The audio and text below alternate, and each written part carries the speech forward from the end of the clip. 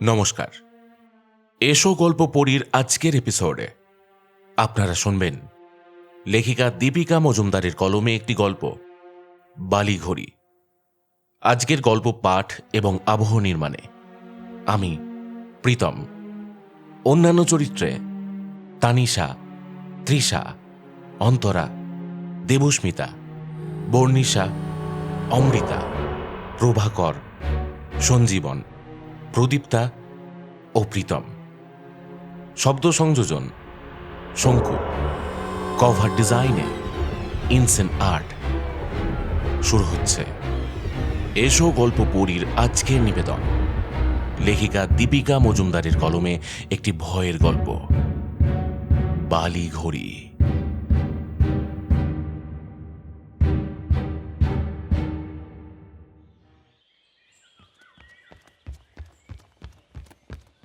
হস্টেলের লম্বা টানা বারান্দা দিয়ে দৌড়ে সিঁড়ির দিকে যাচ্ছিল কর্ণিকা। সিঁড়ি অবধি পৌঁছানোর আগে কতজনকে যে ধাক্কা দিয়েছে ওর নিজেরই খেয়াল নেই। রুম নাম্বার 304-এর পিয়ালির সকাল সকাল ব্রাশ করতে করতে করিডোরে পায়চারি করার অভ্যাস। সেই পিয়ালির সঙ্গে ধাক্কা লাগাতে পিয়ালি কোনো রকমে করিডোরের থাম ধরে টাল সামলে কর্ণিকাকে জিজ্ঞাসা করল, ওই হিরোইন অন্ধ নাকি? কর্ণিকাকে কেউ অন্ধ, খোঁড়া, কানা, এমনকি বিশ্বের যত খারাপ খারাপ গালাগালি আছে তা উজাড় করে দিলেও ওর গায়ে লাগে না। কিন্তু তাকে হিরোইন কেউ সম্বোধন করলে ওর আত্মসম্মানে লাগে। কর্ণিকাকে দেখতে তেমন আকর্ষণীয় নয়। গায়ের রং রোদে পোড়া অনুজ্জ্বল, পাতলা ভুরু, চ্যাপ্টা নাক, মোটামুটি একজোড়া শুষ্ক কালচে ঠোঁট। কর্ণিকা বাঙালি মেয়েদের গড় উচ্চতার চেয়ে কিছুটা কমই এবং স্থূলতায় কিছুটা বেশি। ছোট ছোট কালো পুঁতির মতো চোখ আর তামার তারের মতো একগোছা চুল, সব মিলিয়ে কুরূপা। আজকের বাজারে যেন অচল পয়সার চেয়েও মূল্যহীন। সেই কর্ণিকা দৌড়ে সিঁড়ি দিয়ে নিচে নেমে যাচ্ছে কুরিয়ারওয়ালার ডাকে। কর্ণিকার পার্সেল এসেছে। কিন্তু কর্ণিকাকে কেউ কি পাঠাতে পারে? মাসে একবার কলকাতায় নিজের বাড়ি যায়। বাড়ি থেকে কিছু আনানোর থাকলে সে নিজে গিয়ে আনতে পারে।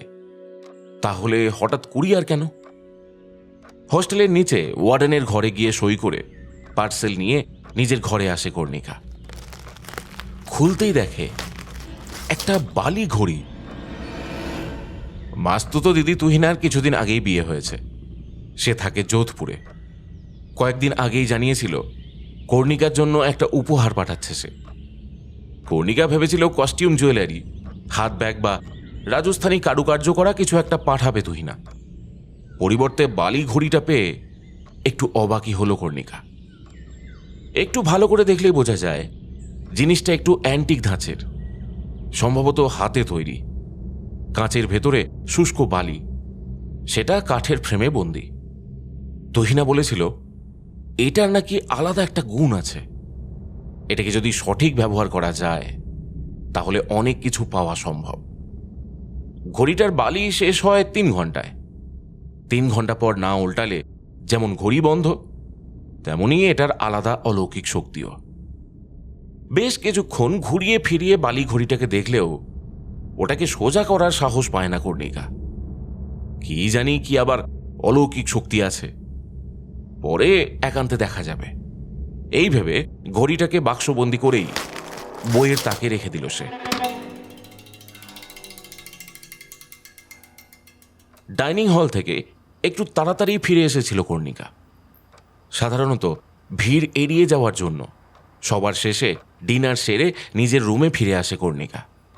আজ ব্যতিক্রম হলো। টেবিল ল্যাম্প জেলে রাত জেগে পড়ার অভ্যাস ওর। কর্ণিকার রুমমেট রিমঝিম ভোরে উঠে পড়তে বসে, কিন্তু কর্ণিকা বরাবর লেট রাইজার।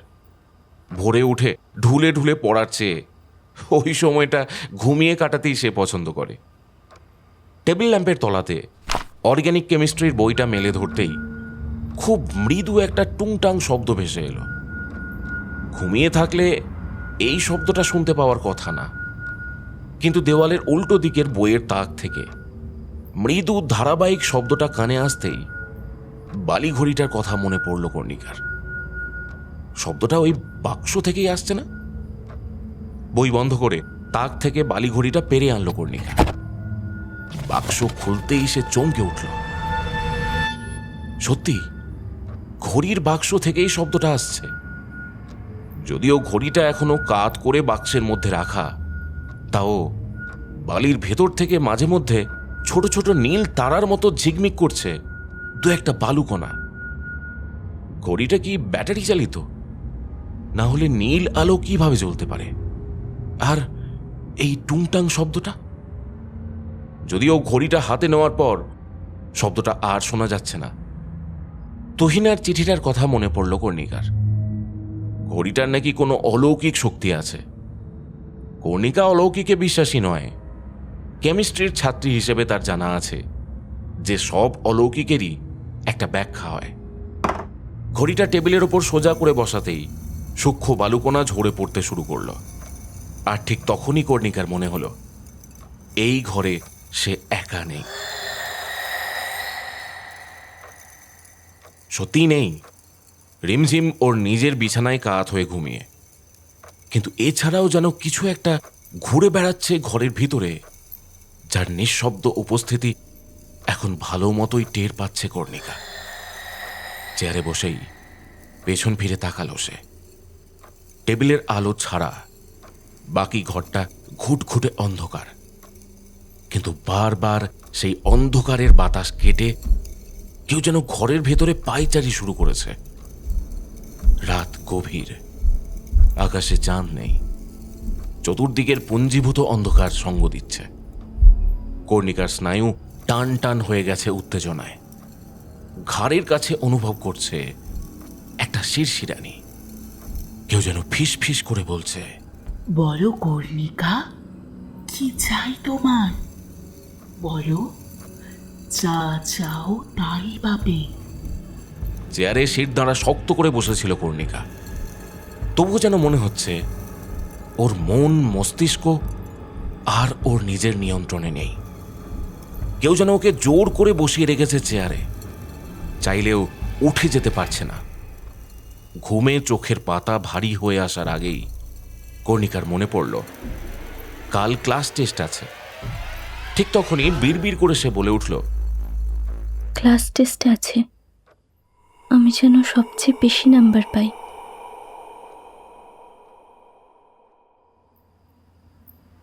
জানালার ধারে খাটেই পড়তে বসেছিল অতসী, গুঞ্জার টেবিল চেয়ারে। কাল অর্গানিক কেমিস্ট্রির ক্লাস টেস্ট আছে। অতসী বরাবর এই বিষয়টাতে তুখোর, তবুও শেষ মুহূর্তে ইকুয়েশন আর রাসায়নিক গঠনগুলোয় চোখ বুলিয়ে নিচ্ছিল সে। হঠাৎই কাঁচের জানালায় একটা শব্দ হলো। শব্দটা গুঞ্জাও শুনেছে। গুঞ্জা বিরক্ত হয়ে বলল, কাল পরীক্ষা আর আজকেও তুই রাজাকে ডেকেছিস? রাজা অতসীর স্কুল বেলার প্রেমিক। পাশের বয়েজ হোস্টেলে থাকে রাজা। রাতের দিকে মাঝে মধ্যে অতসীর সঙ্গে সে দেখা করতে আসে। তখন ছোট নুড়ি বা দলা পাকানো কাগজ ছুঁড়ে ইশারা করে অতসীকে। অতসী পাঁচিলের ভাঙা জায়গাটা দিয়ে গুঁড়ি মেরে বাইরে যায়, তারপর ফিরেও আসে। মোবাইল অন করে সময় দেখল অতসী। রাজা তো ফোন করেনি। দেখা করতে এলে আগে ফোন করে অতসীকে জানায়। তাছাড়া কাল তো রাজারও পরীক্ষা, সে নিজেই আজ আসবে না বলেছিল। তাহলে জানালায় কার টোকা পড়ল? বিছানা ছেড়ে নামতে নামতে গুঞ্জাকে বলে, আজ তো নিজেই আসবে না বলেছিল, ফোনও করেনি। চপ্পলটা পরে পা টিপে টিপে বাইরে আসে অতসী। রুমের জানালার বাইরে এসে দাঁড়ায়। কতবার সে বলেছে এসে একবার মিসড কল দিতে, তা নয়। মোবাইল হাতে পাওয়ার আগে যেমন ওদের একতলার বারান্দার কাছে এসে দলা পাকানো কাগজ ছুঁড়ে ডাকত, সেই অভ্যাস এখনো বজায় রেখেছে রাজা। অতসী ধীরে ধীরে পাঁচিলের ভাঙা জায়গাটায় এসে দাঁড়ালো।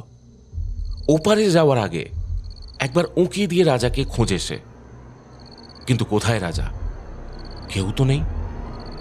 রাজার নাম্বারে ফোন করলো অতসী, কিন্তু মোবাইল বেজে গেলেও রাজার কোনো সাড়া মিলল না। দেওয়ালের ওপারে যাবে কিনা ভাবতে না ভাবতেই কেমন যেন গাটা শিরশির করে উঠল তার।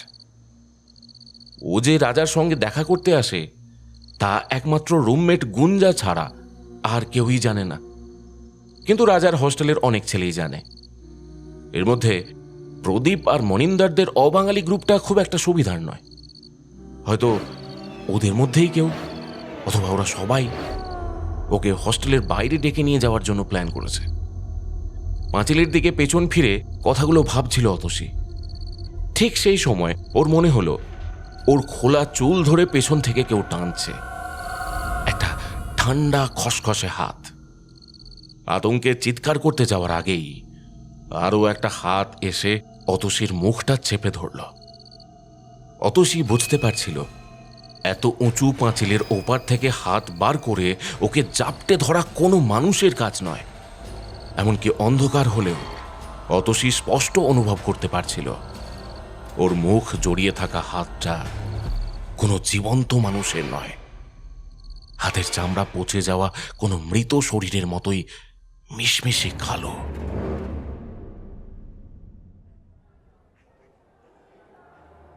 বিকেল 4টায় শেষ ক্লাস সেরে হোস্টেলে ফেরার সময় কর্ণিকা শুনল আজ অতসী পরীক্ষা দিতে আসেনি। গুঞ্জা বলছিল, আমাকে ও মেসেজ করেছিল ওর বাবার হঠাৎ শরীর অসুস্থ হয়ে পড়ায় ওর দাদা ওকে হস্টেলে এসে নিয়ে গেছে। কর্ণিকা গুঞ্জাকে ঘিরে থাকা জটলাটা পেরিয়ে যেতে যেতে ভাবছিল, প্রত্যেকবার অর্গানিক কেমিস্ট্রিতে সর্বোচ্চ নম্বর পায় অতসী, সেই অতসী কিনা আজ পরীক্ষা দিল না। হস্টেলের গেটে পা রাখতেই পুলিশের গাড়িটা চোখে পড়ল কর্ণিকার। হঠাৎ পুলিশ কি জন্য এলো? ওয়ার্ডেনের ঘরটা পেরিয়ে যাওয়ার সময়ে প্রথম বর্ষের ছাত্রীদের প্রায় সকলকেই সেখানে দেখে এগিয়ে গেল কর্ণিকা। ওয়ার্ডেন অপর্ণার মুখটা থমথমে।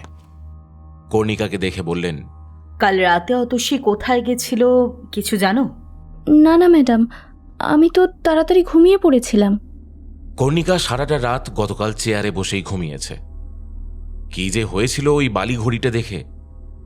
সকালে উঠে দেখে কখন যেন ঘড়িটার সব বালি এসে নিচে জমা হয়েছে। গতকালের ঘটনাটা আবছা মনে ছিল কর্ণিকার। ভয় পেয়ে ঘড়িটাকে আবার বাক্সে তুলে রাখল। দলটার সঙ্গে ওয়ার্ডেনের ঘরেই দাঁড়িয়েছিল কর্ণিকা। বাকি মেয়েরা নিজেদের মধ্যে গুজগুজ করছে।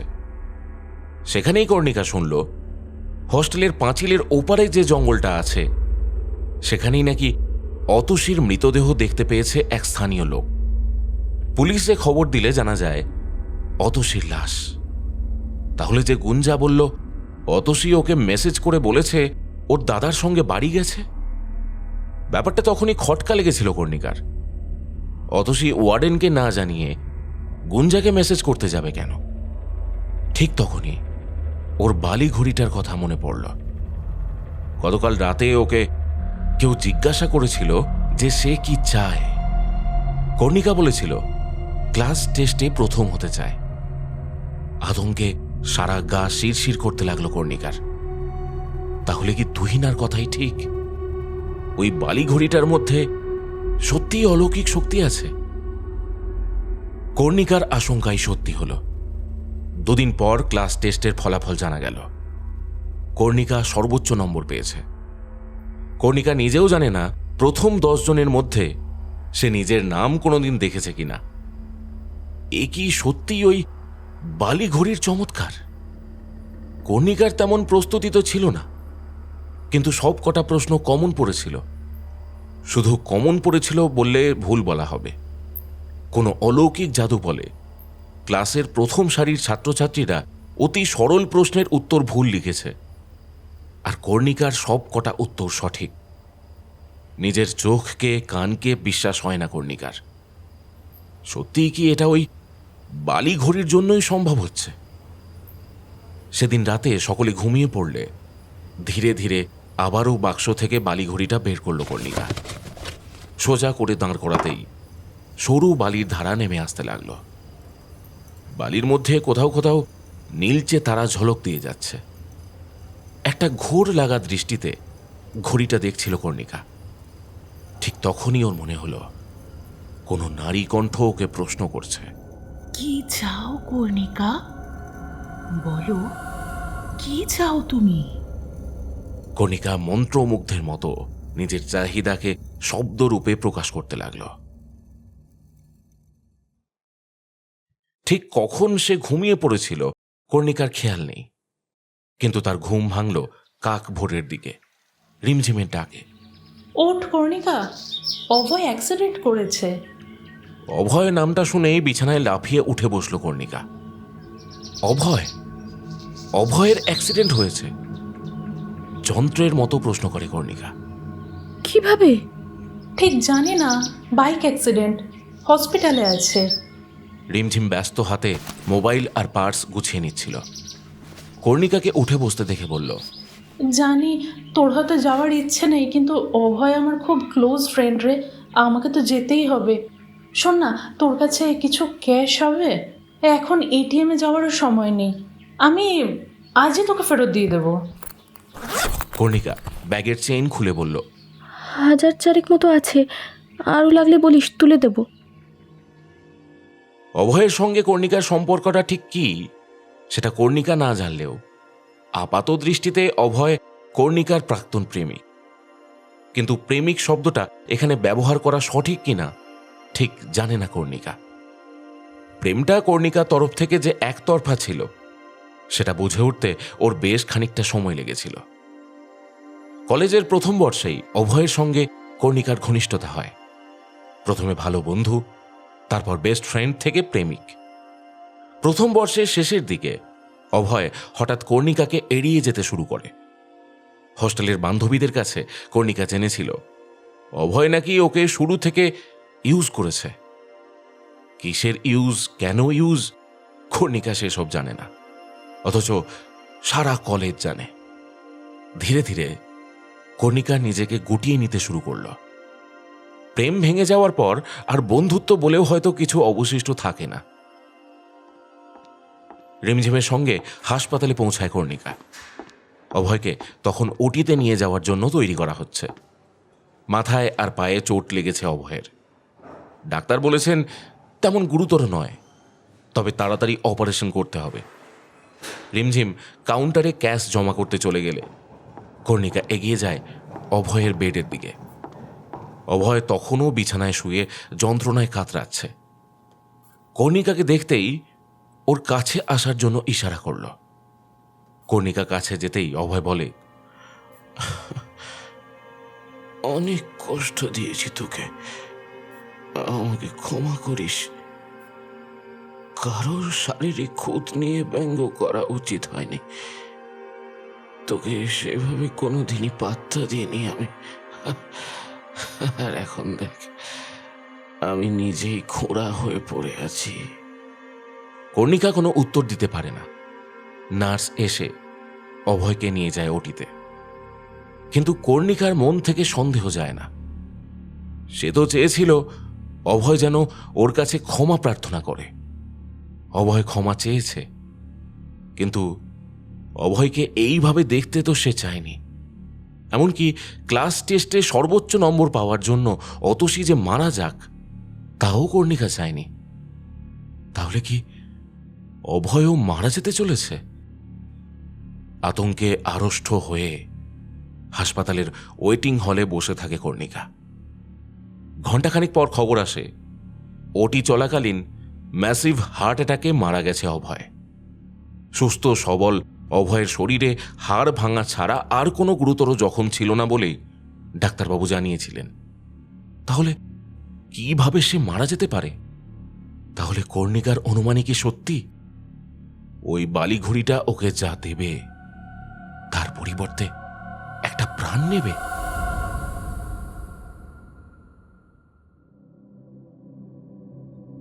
বালিঘড়িটা ডাস্টবিনে ফেলে এসেছিল কর্ণিকা। অভয়ের মৃত্যুর পর আর ঘড়িটা তার কাছে রাখতে সাহস পায়নি সে। কিন্তু জিনিসটা ফেলে দেওয়ার পরও কর্ণিকা শান্তিতে ঘুমাতে পারছিল না। একটা অদ্ভুত অস্বস্তি ওকে ঘিরে ধরেছিল। কর্ণিকা বিছানায় শুয়ে এপাশ ওপাশ করছিল। রুমের দরজা খুলে বাইরের করিডোরে এসে দাঁড়ালো সে। গভীর অন্ধকার চারপাশে, কৃষ্ণপক্ষের রাত। হস্টেলের উঠোনের বিশালাকার তেঁতুল গাছটার দিকে তাকালে ডালপালার ঘন বিস্তারে অদ্ভুত সব অবয়ব ফুটে ওঠে। ডাস্টবিনের কালো ব্যাগগুলো এখন মুখ বন্ধ অবস্থায় মেইন গেটের ধারে রাখা। সকাল হলেই মিউনিসিপ্যালিটির গাড়ি এসে তুলে নিয়ে যাবে। কর্ণিকা করিডোর থেকে ডাস্টবিনের ব্যাগগুলো দেখছিল আর ভাবছিল, তুহিনা ওকে এরকম একটা উপহার কেন দিল।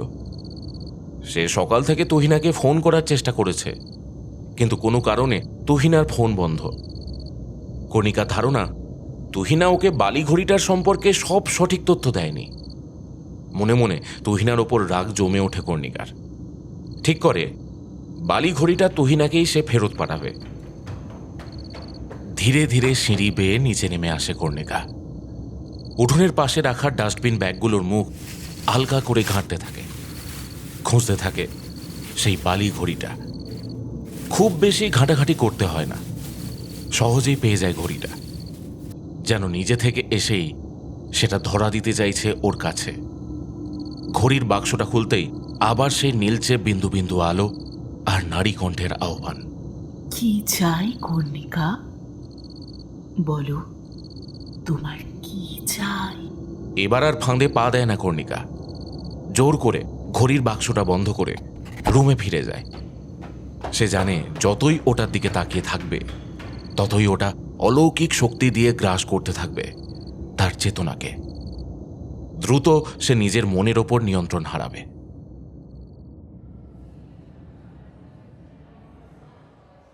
কলেজের ক্যান্টিনে একা একা বসে মোবাইল ঘাঁটছিল কর্ণিকা।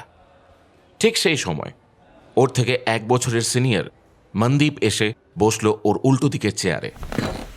মনদীপকে কর্ণিকা খুব ভালোভাবে চেনে, আর চেনে বলেই সে মনদীপকে এড়িয়ে চলতে চায়। কর্ণিকা যখন অভয়ের সঙ্গে ঘুরত, তখন বহুবার মনদীপদের মুখোমুখি হয়েছে এই ক্যান্টিনেই। কলেজের বয়েজ কমন রুমে অ্যালকোহল, গুটখা, গাঁজা, সিগারেট, এমনকি নিষিদ্ধ ড্রাগসেরও আড্ডা বসায় মনদীপরা। ধনী বাবার বখাটে ছেলে হিসেবে তার দুর্নাম আছে। কর্ণিকা মোবাইল রেখে মনদীপকে একবার দেখে তারপর আশেপাশে তাকিয়ে দেখে ওকে আর কে কে দেখছে। ক্যান্টিনে এই মুহূর্তে আর কোনো মেয়ে নেই।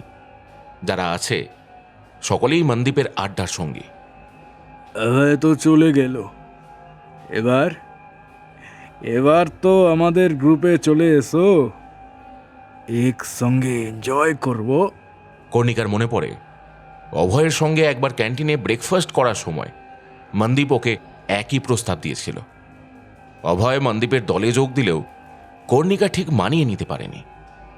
কর্ণিকা কিছু না বলে মোবাইল আর খাতাপত্র টেবিল থেকে উঠিয়ে চেয়ার ছেড়ে উঠে দাঁড়ালো।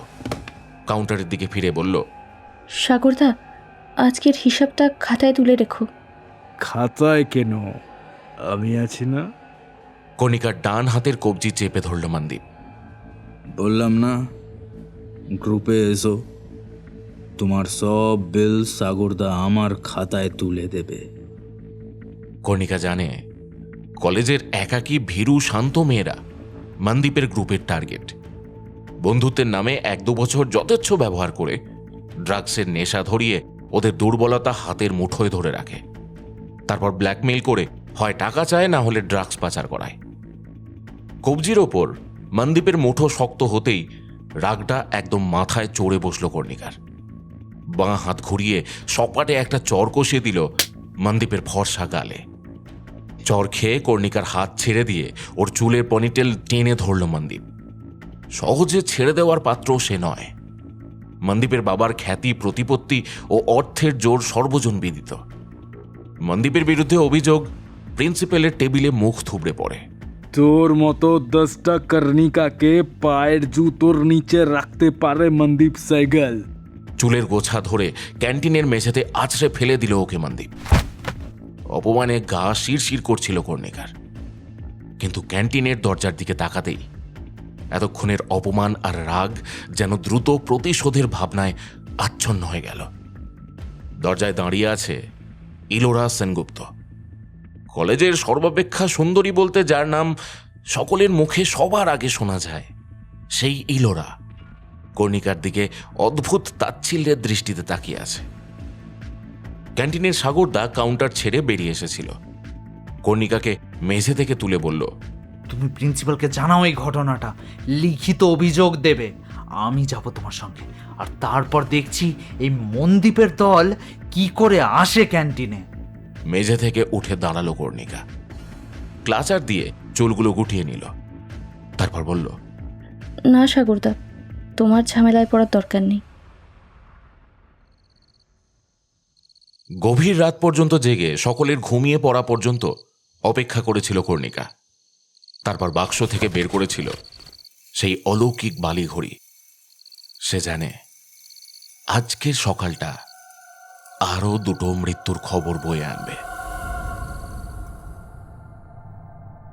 রিমঝিম যখন বলল ইলোরার লাশ পাওয়া গেছে, তখনও কর্ণিকার মধ্যে তেমন কোনো পরিবর্তন আসেনি। কিন্তু করিডোরে ভিড় দেখে ঘটনাটা একটু অন্যরকম মনে হলো কর্ণিকার। সে ধীরে ধীরে রুম ছেড়ে দোতলার করিডোরের ভিড়ের আড়ালে দাঁড়ালো। পুলিশ তখন তেঁতুল গাছের ডালে ঝুলন্ত লাশ নামানোর ব্যবস্থা করছে। এটা যে ইলোরার লাশ প্রথম দেখায় কর্ণিকাও বুঝতে পারেনি। লাশের গায়ে চামড়া বলতে এক বিন্দু বাকি নেই। পুরো লাশটাই একটা রক্তাক্ত মাংসের ঢেলা। শরীর জুড়ে ভনভন করে উড়ে বেড়াচ্ছে মাছির দল। দৃশ্যটা কর্ণিকার মনে ভয়ের তুলনায় বেশি ঘৃণার সঞ্চার করল। দ্রুত ঘরে ঢুকে দরজা বন্ধ করে দিল কর্ণিকা। দেওয়ালের আয়নায় দেখল নিজেকে, কিন্তু নিজেকে কর্ণিকা চিনতে পারল না। আয়নার ওপারের প্রতিবিম্ব কার? সে কি কর্ণিকা? না, সে তো কর্ণিকা নয়। কর্ণিকার ত্বক এত উজ্জ্বল হলো কিভাবে? রাতারাতি ওর চুল কিভাবে বদলে যেতে পারে? কর্ণিকার বুঝতে বাকি থাকে না যে ইলোরার সব সৌন্দর্য দিয়ে ওকে ঢেলে সাজানো হয়েছে, পরিবর্তে ইলোরার প্রাণ গেছে। কর্ণিকা আছে কর্ণিকার মতোই, শুধু ত্বক, চুল, নাক, চোখ, ভুরু যেন আরো সুন্দর হয়ে উঠেছে। বিছানায় চাদর মুড়িয়ে শুয়ে পড়ল কর্ণিকা। ভাবতে থাকলো এই রূপ এখন কিভাবে সে গোপন করবে। তখন এই রুমের দরজা খুলে রিমঝিম ঘরে এলো, সঙ্গে আরো কিছু মেয়ে। কর্ণিকাকে চাদর ঢেকে ঘুমাতে দেখে রিমঝিম যেন স্বগতোক্তি করল। হোস্টেলে দুটো ভয়াবহ খুন হয়ে গেল, আর এই ম্যাডামের কোনো হুঁশ নেই। মনদীপ নাকি ফেরার। পুলিশ দেখেছে যে গতকাল রাতে মনদীপের লোকেশন ছিল এই হস্টেলে। খুনটা সম্ভবত মনদীপই করেছে। এরকম ভয়াবহ একটা খুন মনদীপের একার পক্ষে করাই সম্ভব না, ওর সঙ্গে নিশ্চয়ই আরো কেউ ছিল। নানা রকম মন্তব্য ভেসে আসছিল কর্ণিকার কানে। সে জানে খুনি ধরা না পড়লেও পুলিশ আসবেই জেরা করতে, আর কর্ণিকাকে দেখলেই সকলের সন্দেহ হবেই।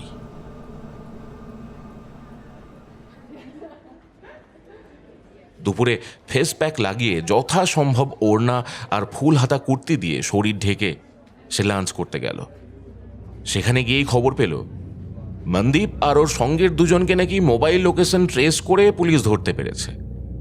আর পুলিশই জেরাতেও দুজনে স্বীকার করেছে যে ড্রাগসের নেশাতে ইলোরাকে ওরা খুন করে, তারপর হস্টেলের ভিতরে নিয়ে গিয়ে গাছে ঝুলিয়ে দেয়।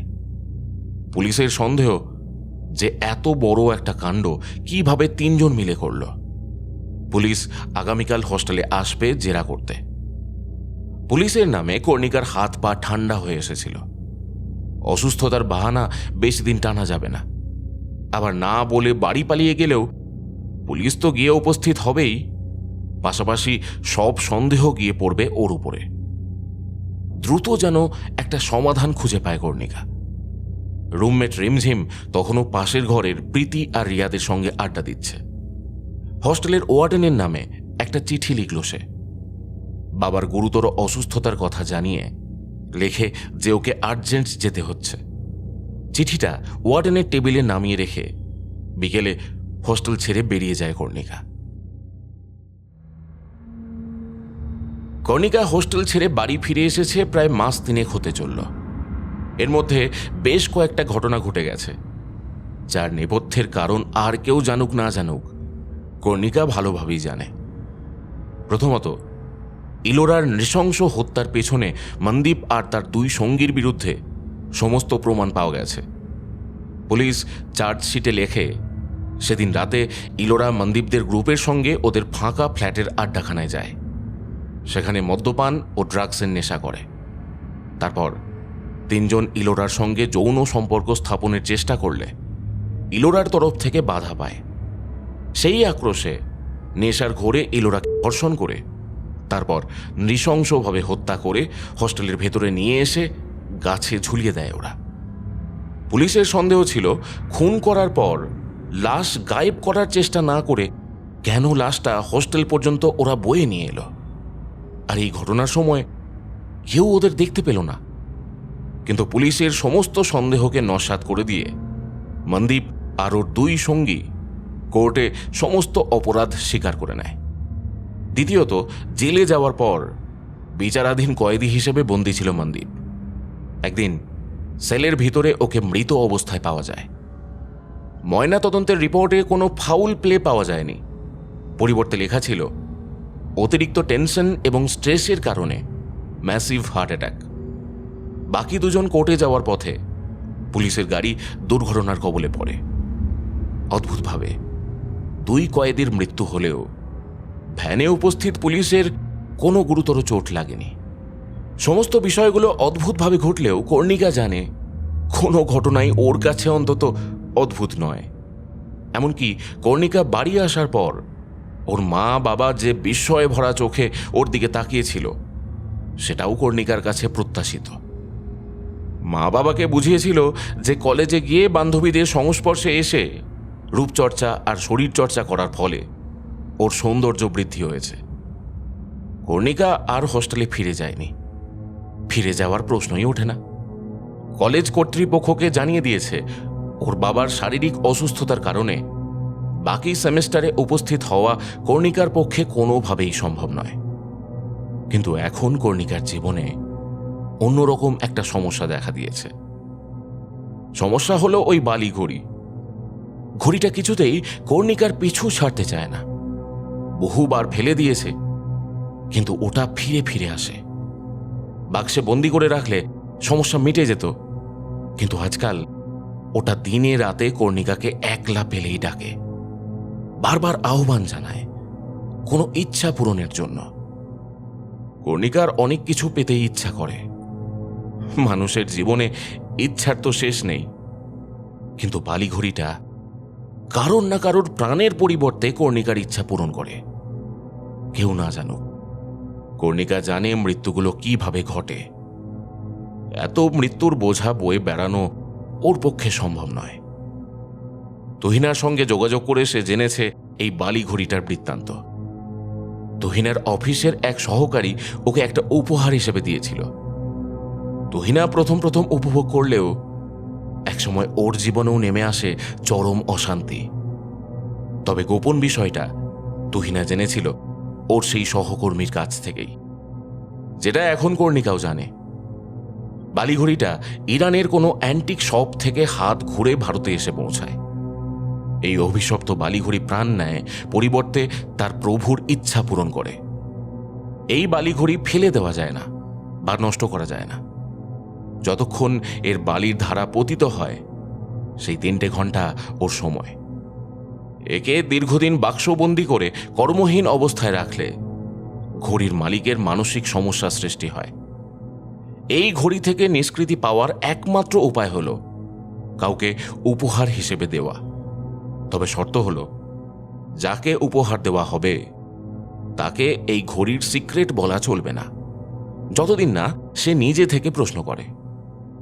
কর্ণিকা সিদ্ধান্ত নিয়েছে এই ঘড়ি ও কাউকে উপহার দিয়ে দেবে, কিন্তু তার আগে বড় দাঁও মারতে হবে ওকে। কিন্তু কি? টাকা পয়সার মতো পার্থিব সুখ সে যতই সংগ্রহে রাখুক না কেন, একদিন তো শেষ হবেই। আর শেষ হলেই আবারও অসৎ পথে তা পাওয়ার ইচ্ছা জাগতেই পারে। কিন্তু এই অভিশপ্ত ঘড়ি কর্ণিকা নিজের জীবনে আর ফিরিয়ে আনতে চায় না। তাই এমন কিছু চাইতে হবে যা কর্ণিকাকে স্থায়ী সুখ দিতে পারে। কলেজ থেকে ফিরে আসার পর একদিন সপ্তর্ষির সঙ্গে দেখা হলো কর্ণিকার।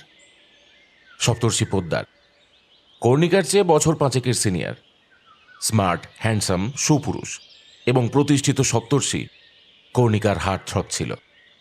একটা সময় সপ্তর্ষিকে এক ঝলক দেখার জন্য ওর স্কুলের বান্ধবীরা কর্ণিকাদের বাড়ি আসার বাহানা খুঁজত। সেই সপ্তর্ষি যখন ওকে রাস্তায় ডেকে কথা বলে, তখন তো কর্ণিকার অবাক হওয়ার শেষ দিন। এই তুমি কর্ণিকা না? সপ্তর্ষি ওকে নাম ধরেই ডেকেছিল।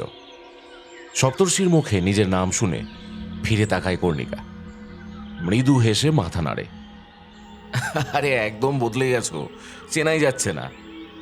তা আজকাল কি করছো? শেষ প্রশ্নে থমকে যায় কর্ণিকা। সে কি বলবে? বলবে কি যে মাঝপথে পড়াশোনা ছেড়ে দিয়ে বাড়ি ফিরে এসেছে? কর্ণিকা প্রসঙ্গ এড়িয়ে যায়। এই চলছে গো, তোমার খবর কি? আরে তুমি শুনেছ তো, কাকিমা বলেছে পরের মাসের 18 তারিখ আমার বিয়ে। আসা চাই কিন্তু। বিয়ের তারিখ? সপ্তর্ষির বিয়ে? কর্ণিকার হিংসে হয় না, হওয়ার কথাও নয়। সপ্তর্ষির সঙ্গে তার কোনোদিন সামান্য যোগাযোগটুকু ছিল না। সেই সপ্তর্ষি আজ ওকে ডেকে কথা বলেছে। দ্রুত মাথার মধ্যে একটা চিন্তা খেলে যায় কর্ণিকার।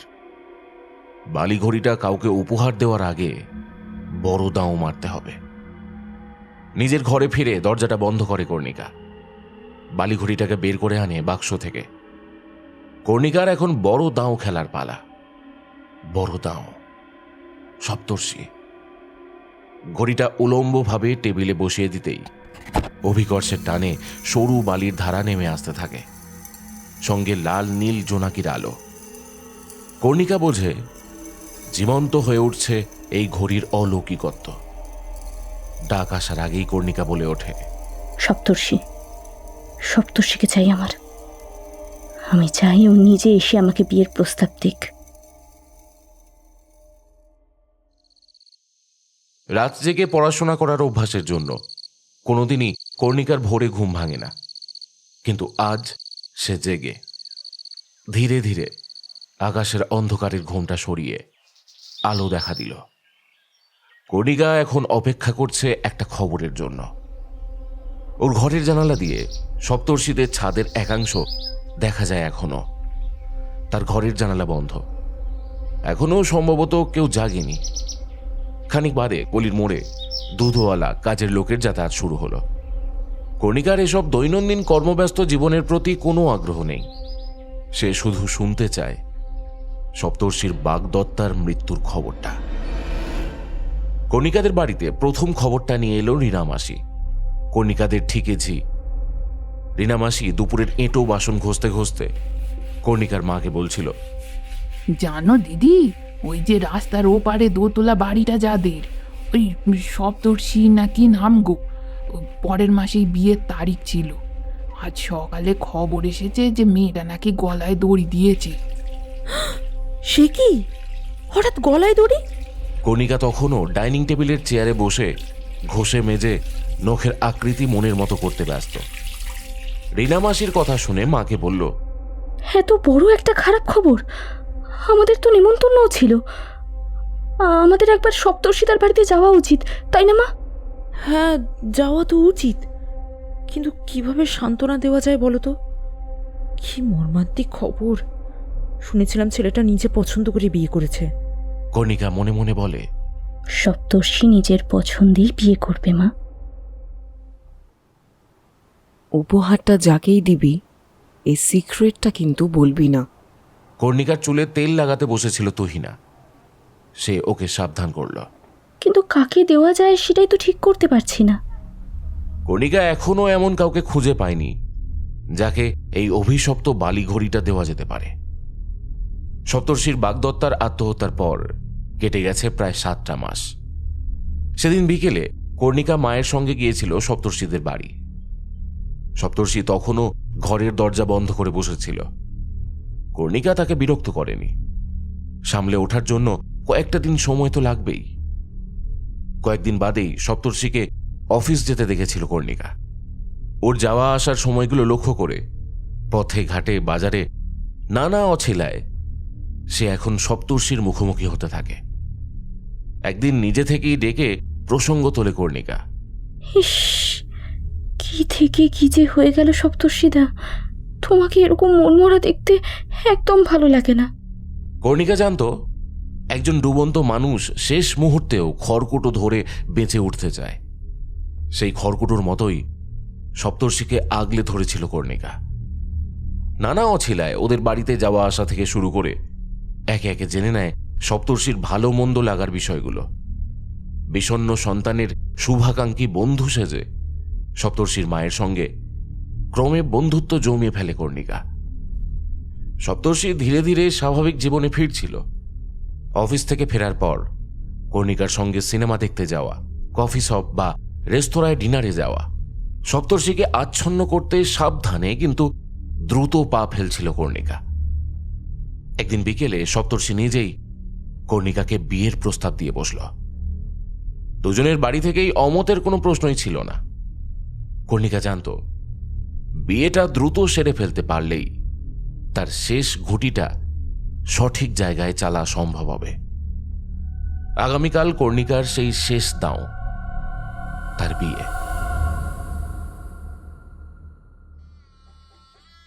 বিয়ে উপলক্ষে কর্ণিকার দিদি তুহিনার আগমন।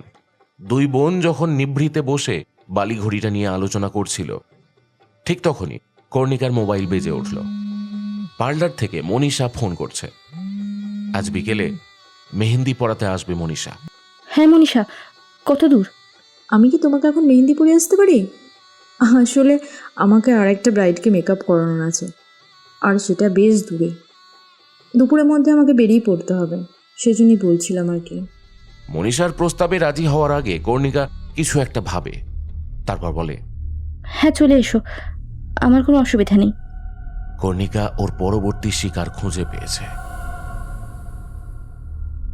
মনীষা আসার আগেই বালিঘড়িটা বাক্সবন্দি করে রঙিন কাগজে মুড়িয়ে রেখেছিল কর্ণিকা। মনীষা কাজ শেষ করে যখন ফেরার উপক্রম করছে, কর্ণিকা তখন 2 হাত ভর্তি মেহেন্দি নিয়ে চেয়ারে বসে বলে, কাল তো আমাকে সাজাতে অন্য কেউ আসবে নিশ্চয়ই, তোমার সঙ্গে আর দেখা হবে না। ওই ড্রেসিং টেবিলের ওপর একটা জিনিস আছে, ওটা তোমার জন্য। কি গো? তোমার জন্য একটা ছোট্ট গিফট। এত ভালো ডিজাইন করলে তোমাকে কিছু দিতে ইচ্ছে করলো। থ্যাংক ইউ বলে মনীষা উপহারের প্যাকেট নিয়ে চলে যায়। কর্ণিকা দোতলা থেকে মনীষার চলে যাওয়া দেখে। শেষ পর্যন্ত ওই খুনি বালিঘড়িটা থেকে মুক্তি পেয়েছে কর্ণিকা। বালিঘড়িটা ওকে দিয়েছে অনেক কিছু, কিন্তু এইভাবে এতগুলো মৃত্যুর বোঝা আর ওই রাত বিরেতে মায়াবী ডাক, কর্ণিকা হাঁপিয়ে উঠেছিল।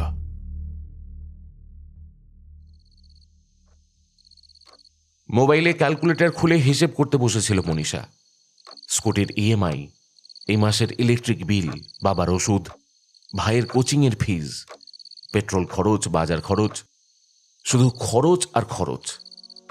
সংসারের জোয়াল টানতে গিয়ে যেন মনীষার জীবনটাই খরচের খাতায় চলে গেছে। মনীষার উচ্চ মাধ্যমিক পরীক্ষার মাসখানেক আগে তার বাবার হার্ট অ্যাটাক হয়। হাসপাতাল থেকে প্রাণ নিয়ে ফিরে এলেও শরীরের বাম পাশ অসাড় হয়ে গিয়েছিল মনীষার বাবার। সেই থেকেই তিনি শয্যাশায়ী। টিউশন করে কলেজের 3টে বছর ঠিক চালিয়ে নেবে ভেবেছিল মনীষা, কিন্তু সংসারে তখন রোজগেরে বলতে কেউ নেই। মোটামুটি অঙ্কের টাকার হিসেব বুঝিয়ে বাবার অফিস থেকে বিদায় করে দেওয়া হয়েছে। মাসের শেষে টানাটানি সংসারে সঞ্চয় বলতে কিছুই ছিল না। অফিস থেকে দেওয়া টাকার সুদ উঠিয়ে মাসের 10টা দিন কোনো ক্রমে পেরিয়ে যায়, তখন বাকি 20 দিন আর চলে না। মনীষার কাছে কলেজে ভর্তি হওয়া তখন বিলাসিতা মাত্র। মায়ের একজোড়া কানের দুল বিক্রি করে সেই টাকা দিয়ে মনীষা বিউটি পার্লারের কাজ শেখে। তারপর বেশ কয়েক জায়গায় হাত পাকিয়ে শহরের বড় একটা লেডিস পার্লারে এখন এই কাজটা পেয়েছে মনীষা। মোটামুটি আয়ের ওপর ভরসা করে কয়েক মাস আগে ব্যাংক লোন নিয়ে একটা স্কুটি কিনেছে। সবকিছুই প্রায় ব্যক্তিগত আশা আকাঙ্ক্ষাকে বিসর্জন দিয়ে পাওয়া। ওর বয়সী আর 5টা মেয়ে হয় বিয়ে করে সংসার করছে, না হলে বড় কর্পোরেটে মোটা মাইনের চাকরি। সেখানে যোগ্যতা আর সদিচ্ছা থাকার পরও শুধু ভাগ্যের পরিহাসে মনীষা বঞ্চিত। এই যেমন কর্ণিকার কথাই ধরা যাক। স্কুলে মনীষার চেয়ে 2 ক্লাস নিচেই পড়তো কর্ণিকা। পড়াশোনায় আহামরি কিছু ছিল না, তবুও ইঞ্জিনিয়ারিং পড়তে গেল আর মাঝপথে ছেড়ে দিয়েও চলে এলো। হঠাৎ করে কিভাবে যেন ওর রূপের শ্রীবৃদ্ধি হয়েছে।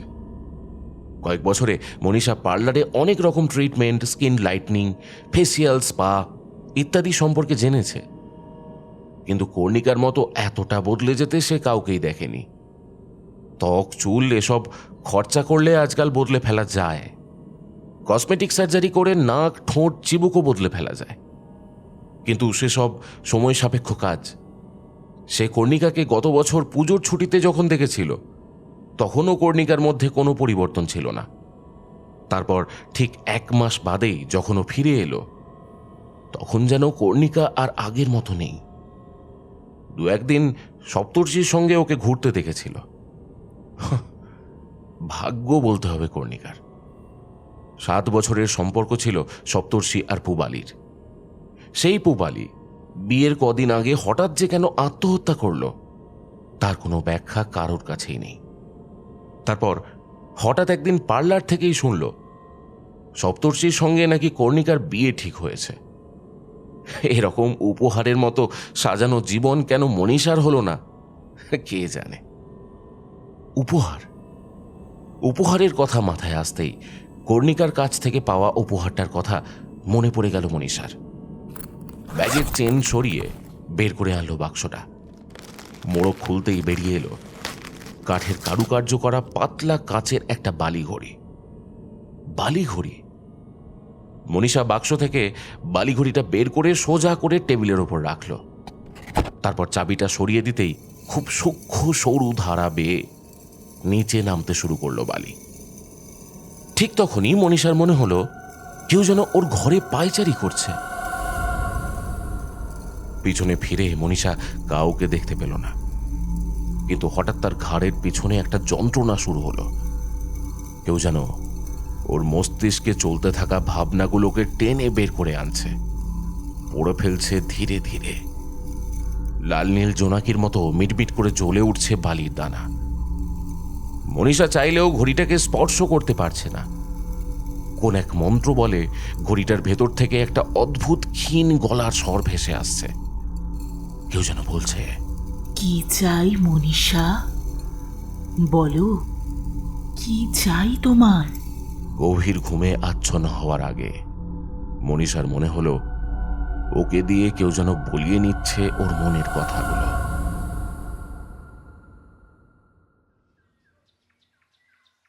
ভোরের দিকে যখন ঘুম ভেঙে উঠে বসলো মনীষা, তখন প্রথমে এই ঘরটা চিনতে পারল না।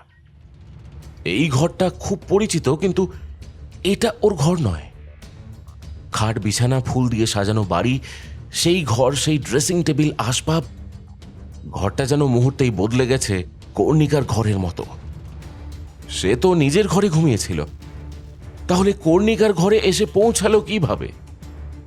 খাট থেকে নেমে দ্রুত দৌড়ে ঘর ছেড়ে বেরিয়ে যেতে চাইল মনীষা, কিন্তু দরজার কাছে এসে বড় ড্রেসিং টেবিলের আয়নায় নিজেকে দেখে সে থমকে দাঁড়িয়ে পড়ল। এ কে? কাকে দেখছে ও আয়নায়? আয়নার ওপারে তো মনীষা নয়, এ তো কর্ণিকা। ওকে কর্ণিকার মতো দেখতে কিভাবে হলো? আর কর্ণিকা, সে কোথায়? ঠিক তখনই ড্রেসিং টেবিলের ওপরে রাখা বালি ঘড়িটার দিকে নজর পড়ল মনীষার। এই ঘড়িটা কি অদ্ভুত! গতকাল রাতে ওর সঙ্গে এই বালি ঘড়িটাই ছিল। মাথার দুপাশে যন্ত্রণা শুরু হয় মনীষার। এসব কি হচ্ছে ওর সঙ্গে? দু চোখ বন্ধ করে গতকালের স্মৃতি হাতড়ে বেড়াতে লাগলো মনীষা। ঠিক তখনই দরজা ঠেলে তুহিনা প্রবেশ করল। এই কোনি, শুনেছিস মনীষা গতকাল রাতে মারা গেছে? ওকে এই বালি ঘড়িটা দিয়েছিলি না? ইস, বেচারি কি চাইতে কি চেয়ে বসেছে। তুহিনা ওকে কর্ণিকা মনে করে যে কথাগুলো বলে চলেছে সেসব মনীষার কানে আর ঢোকে না। সে দ্রুত গাউনের আড়ালে লুকিয়ে ফেলে বালি ঘড়িটা। তুহিনা চলে গেলে বালি ঘড়িটা বের করে আবার মেঝে ঠুকে আছড়ে ভেঙে ফেলতে ইচ্ছা হয় ঘড়িটাকে। তার নিজের শরীরটা মৃত, সে এখন কিভাবে ফিরে যাবে নিজের দেহে, কিভাবে বোঝাবে যে ওর মৃত্যু হয়নি, ও কর্ণিকার শরীরে বন্দী হয়ে পড়েছে? আর কর্ণিকা, সে তাহলে কোথায়? মনীষার রাগে নিরুপায় হয়ে বালি ঘড়িটা ছুঁড়ে মারল দেওয়ালে। ঘড়িটা দেওয়ালে ঠক্কর খেয়ে গিয়ে পড়ল গোল্ডফিশের অ্যাকোয়ারিয়ামের ভিতরে। মনীষা খেয়াল করে না ঘড়ির কাছে সামান্য চিড় ধরে গেছে। সেখান দিয়ে খুব ধীরে ধীরে জল চুঁয়ে চুঁয়ে ভেতরে ঢুকতে শুরু করেছে। ধীরে ধীরে ভিজে যাচ্ছে ঘড়ির ভিতরের বালি। অক্ষম ভেজা বালির কাছের গায়ে আটকে পড়েছে, নিষ্প্রভ হয়ে যাচ্ছে লাল নীল বিন্দু বিন্দু বালির জোনাকি।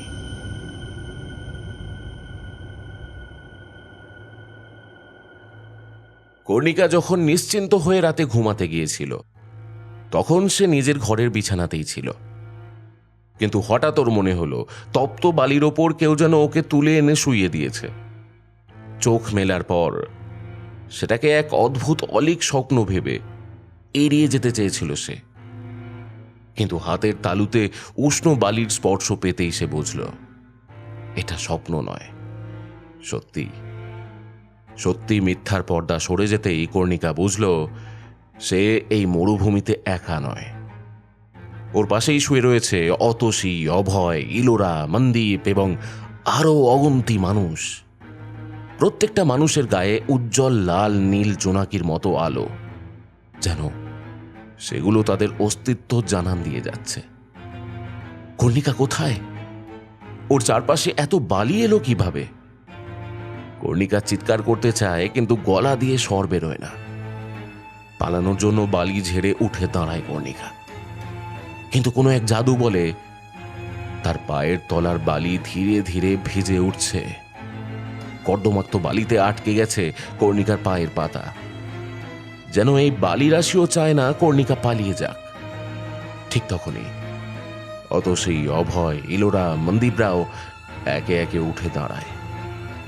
ওরা তো কেউ বেঁচে নেই, তাহলে ওরা এখানে কিভাবে এসেছে? তাহলে কি কর্ণিকাও? খুব বেশি ভাবতে পারে না সে। বালি থেকে পা ছাড়িয়ে পালানোর জন্য ছটফট করেও। ওরা ধীরে ধীরে এগিয়ে আসতে থাকে কর্ণিকার দিকে। যন্ত্রণা পীড়িত আত্মারা খুঁজে পেয়েছে তাদের একজন শিকারকে।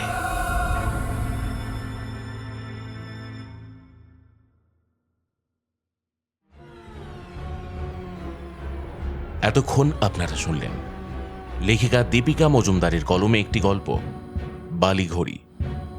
গল্পটি আপনাদের কেমন লাগলো অবশ্যই কমেন্ট করে আমাদের জানাতে ভুলবেন না। আর এখন এসো গল্প পড়ি স্পটিফাইতে। ফলো করুন অ্যাড ফ্রি গল্প শোনার জন্য। পরের দিন আবার আমরা ফিরে আসছি নতুন কোনো গল্প নিয়ে। ততদিন পর্যন্ত সবাই ভালো থাকবেন, সুস্থ থাকবেন।